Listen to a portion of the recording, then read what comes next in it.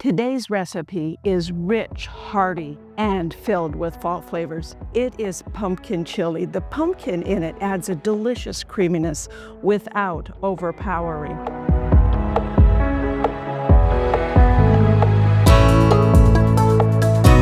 I'm Dr. Joanette, longevity expert and Blue Zone native. Today's recipe, we are making pumpkin chili today, and if you scroll down to the description, you can find a link to take you out to my website, growwithdrjoanette.com, where there are options for vegan, vegetarian, and a meat lover's pumpkin chili. So let's get cooking. To get started, we're going to go ahead and brown up 1 pound of grass-finished beef. There's a difference between grass-finished and grass-fed. Most people don't know the difference. However, if you look at the research, for something to be labeled grass-fed, the cow only has to have been fed grass for as little as 1 day, and it can be labeled grass-fed. The rest of the time, the cow probably was fed corn. Corn is full of omega-6 and something that we have pretty much in our diet already. If it's grass-finished, that is a cow that, like the cows that we had when I was growing up on the farm, those cows ate grass from the time they were born as a calf until they were old. They were always out in the pasture eating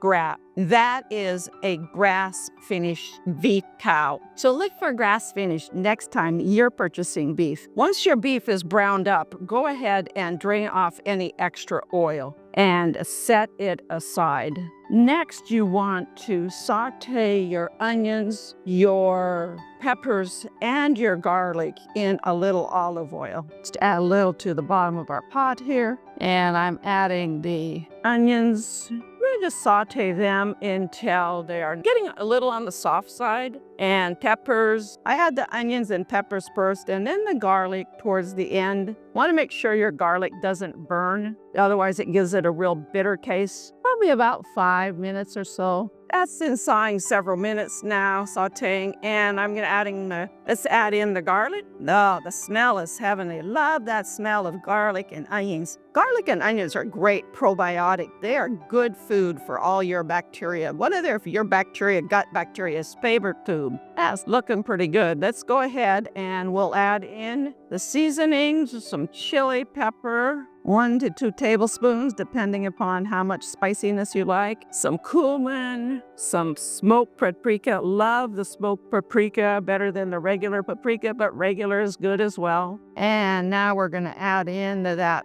beef we sauteed earlier. Had drained off all of that extra fat. Want to get rid of that extra fat. Oh, it's smelling yummy. It's already smelling like chili. As soon as you add that chili powder, it starts smelling like chili. And let's get some liquid in here. I'm adding equivalent of a can of diced tomatoes. I'm adding my homemade home canned tomatoes that we can from the garden, but just a can of plain diced tomatoes works as well. And now we're gonna add in our pumpkin. Pumpkin is so good because it has a lot of fiber in it. There's a lot of fiber in this recipe. The tomatoes, the onions, the peppers, the garlic, pumpkin, all has a lot of fiber. Pumpkin also has beta carotene, which is good for your eyesight, and all that fiber helps regulate your blood sugar so that this ends up being a keto type of recipe. Some mushrooms. If you're making it vegetarian or vegan, you can use tofu, some corn in place. Corn adds additional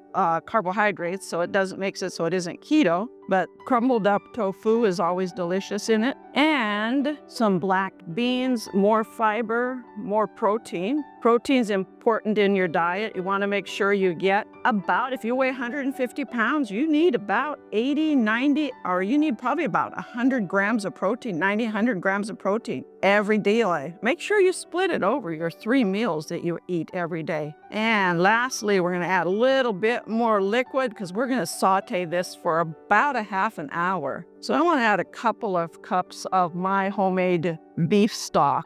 And you can always add a little bit more. Check it after about 20 minutes. If it looks a little like it needs a little more liquid, you can add a little bit more liquid and saute that all up for 20 minutes. This chili's been simmering about a half an hour now, and it looks perfectly done. I'm going to serve it up into these little pumpkin bowls here, and we'll top it with a little grated cheese and some sour cream and give it a try. Little dab of sour cream here. If you want this full recipe and also the equipment that you see here, the Dutch oven and the Dutch oven and the induction burner, scroll down to the description below and there will be links that'll take you out to a site where you can purchase the things. I get a small commission, but it doesn't cost you any extra. So thank you for helping support this channel. Also, when you go to my website, growwithdrjoanette.com, you will be able to find this full recipe with all the ingredients, the amounts, and instructions step by step for both a meat lover's vegetarian or vegan pumpkin chili. So let's give it a try. It is hearty, flavorful, and loaded with those fall flavors. I ate 1 cup of the pumpkin chili, and my blood glucose at that time was 83. 1 hour after eating it, it went up to 99, and then 2 hours later, it was back down to 81. From this graph, you can see that pumpkin chili does very little to spike your glucose, and it is both keto-friendly and will not kick you out of ketosis. So a great choice for a chilly fall day when you're looking for something nutritious, healthy, and delicious. Thank you for watching and for joining me today. And thank you also for subscribing and clicking that like button. And we'll see you next time on the Dr. Joanette channel.